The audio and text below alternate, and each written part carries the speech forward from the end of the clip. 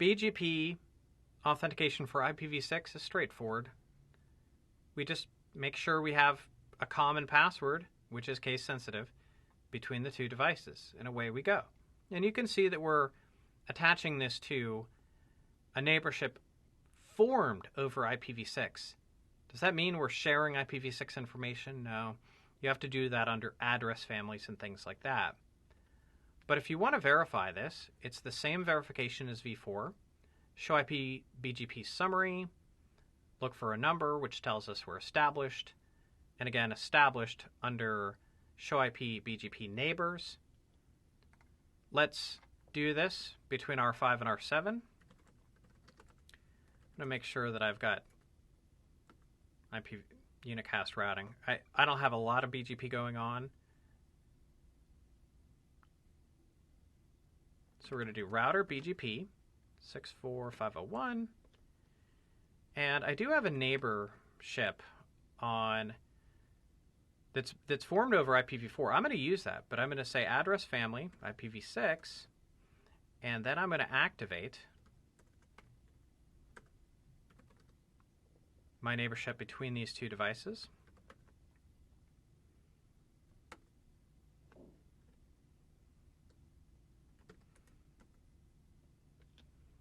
And in this case, all I have to do is attach the password to this. And I'll do that in just a sec. Good. Looks good. Address family, IPv6.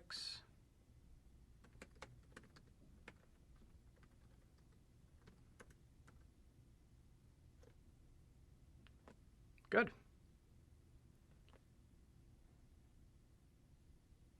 Capability changed because now we're sharing IPv6 information, but where do we set up the authentication? Back here under router configuration mode for BGP. And so if we look, I would do neighbor 192.168.1.555, password Cisco 01. And now we have the password in place. So even though the neighborship is pointing to v4, we're sharing v6 information. I'm going to clear that neighborship, by the way.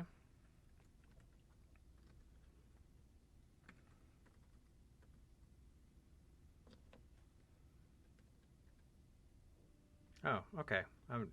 Sometimes I'm a little impatient. Invalid MD5 digest. So it looks to me like that router is giving me an MD5 digest, but one that isn't matching. So let's see if there was a pre-existing password. I think there might have been. So we go here, do show run section BGP. So both sides are saying we got an invalid MD5 digest.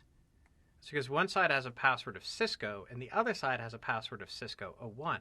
So we can correct that. What we just saw, though, is what I wanted you to see.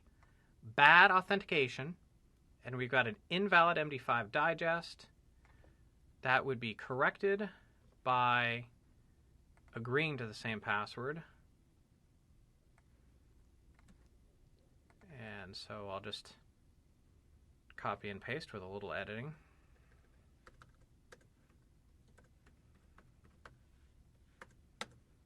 Now, I don't expect to see that message anymore because we're not in disagreement about the password. So that is an important lesson learned.